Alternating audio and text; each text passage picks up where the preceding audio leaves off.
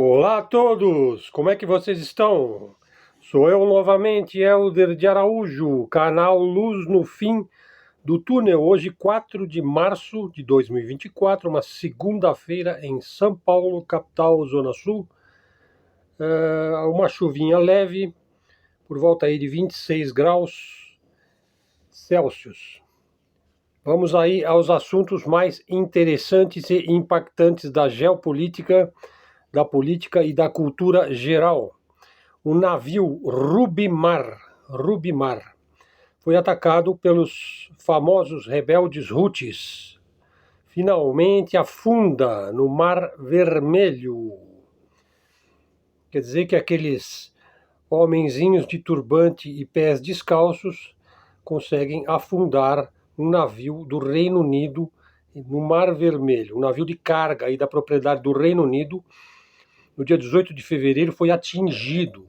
Isso faz parte aí da campanha de resistência contra o genocídio perpetrado pelo artificial Estado sionista de Israel em Gaza. O navio é, portanto, propriedade aí do Reino Unido, foi atacado pelos Houthis iemenitas do Iêmen e afundou no Mar Vermelho depois de vários dias afundando. É o primeiro navio a ser totalmente destruído pela resistência, né? O naufrágio do Rubimar ocorre no momento em que o transporte através da via navegável importantíssima ali para os carregamentos de carga e de energia que se deslocam da Ásia e do Oriente Médio para a Europa,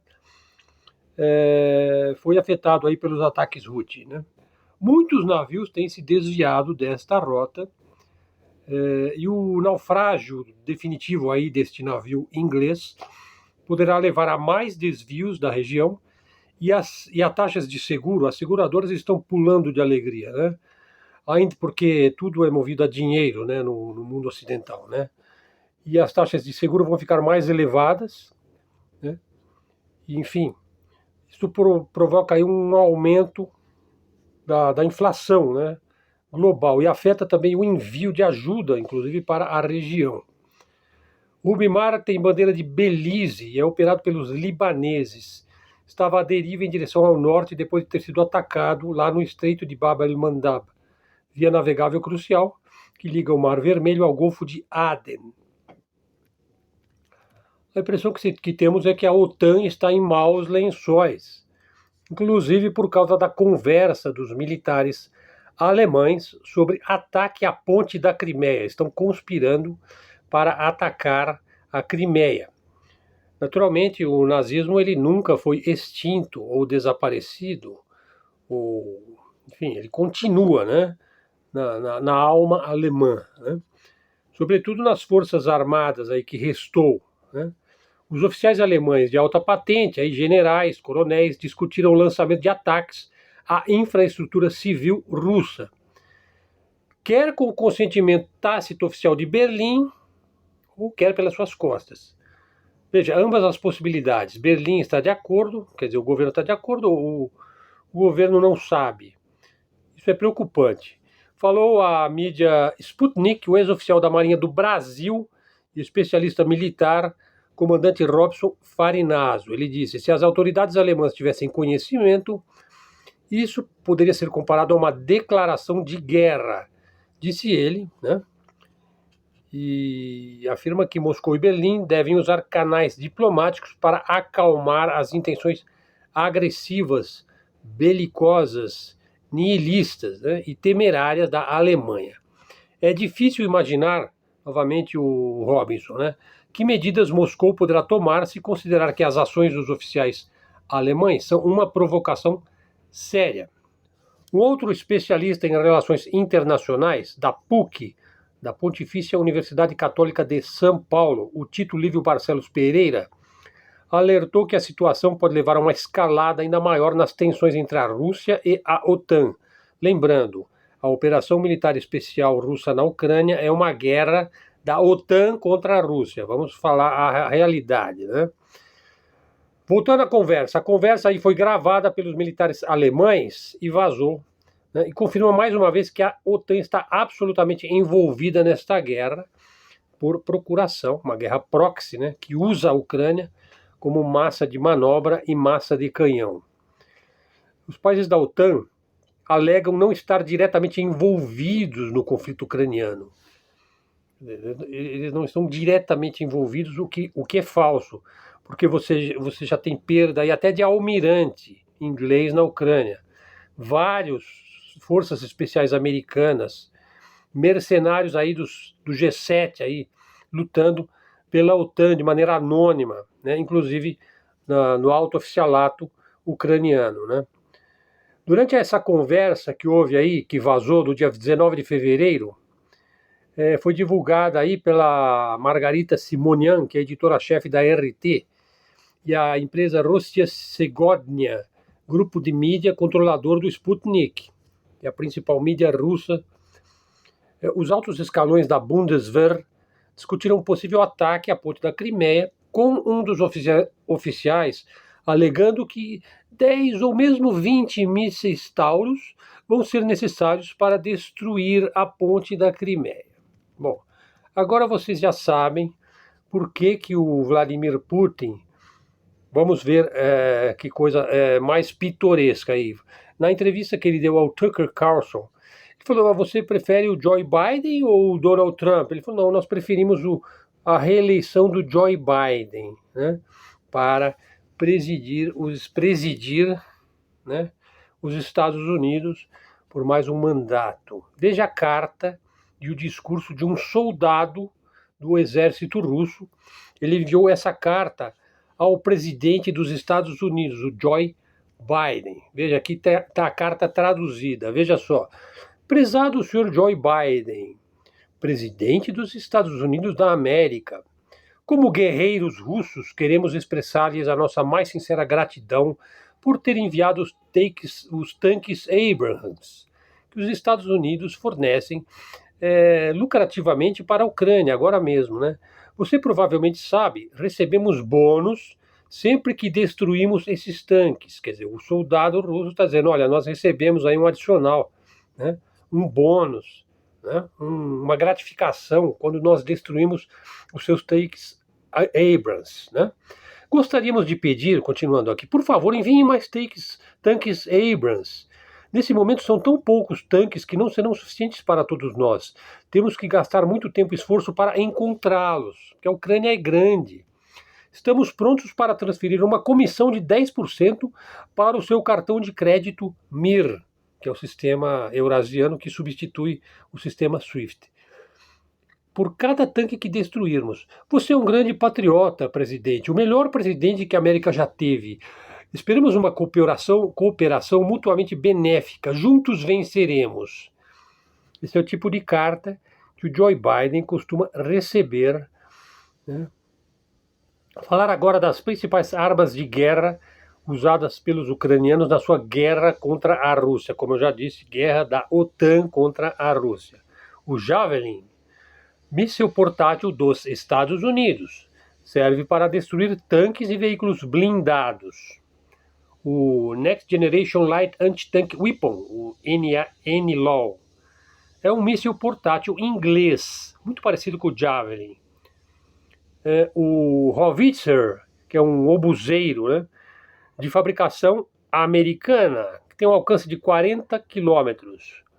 O FH-70, um obuseiro de fabricação italiana, alcança 30 quilômetros.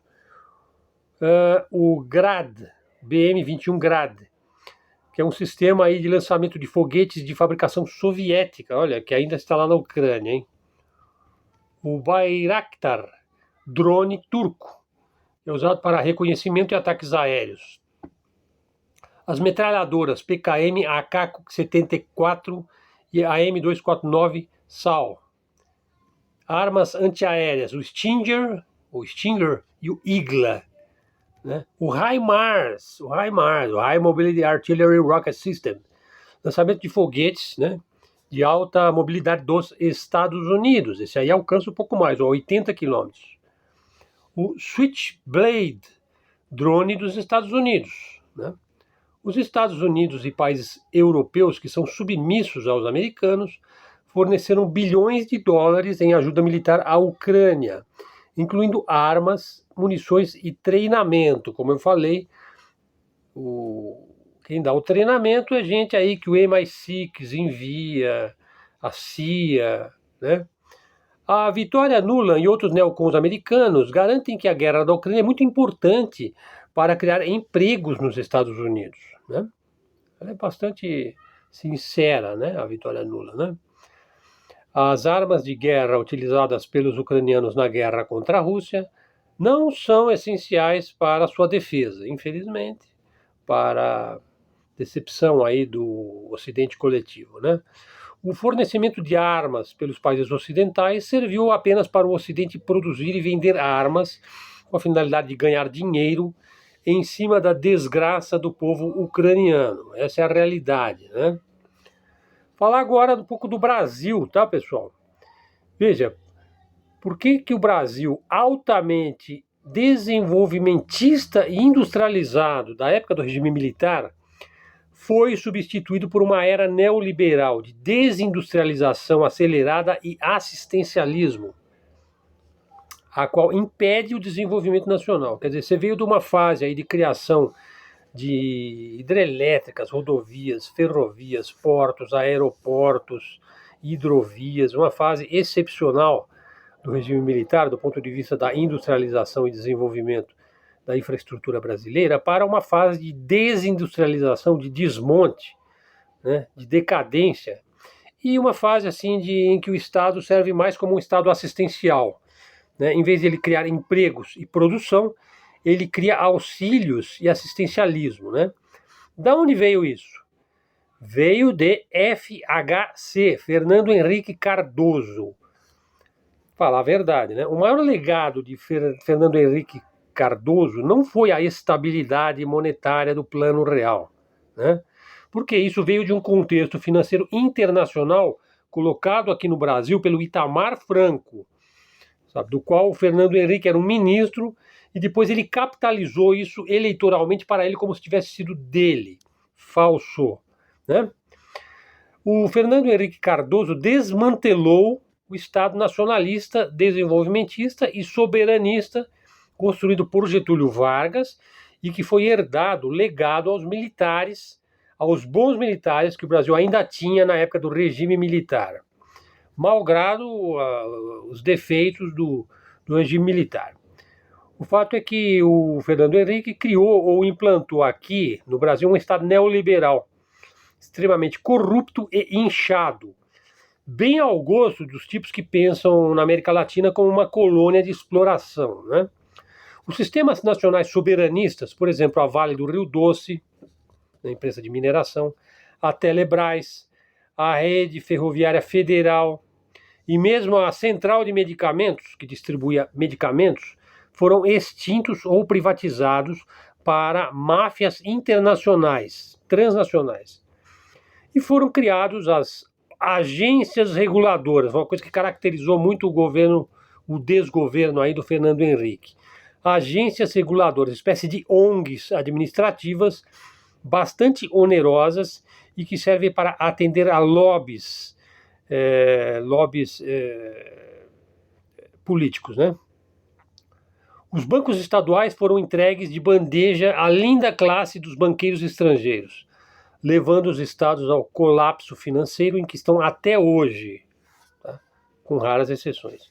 O país trocou um regime de alto crescimento e pleno emprego, como ele vinha tendo, como ele tinha desde a época do Vargas, por um Estado, um regime de baixo crescimento, alto desemprego, com compensações assistencialistas para comprar voto, maquiar índices, né? Ou seja, a falência do poder político do Estado, né?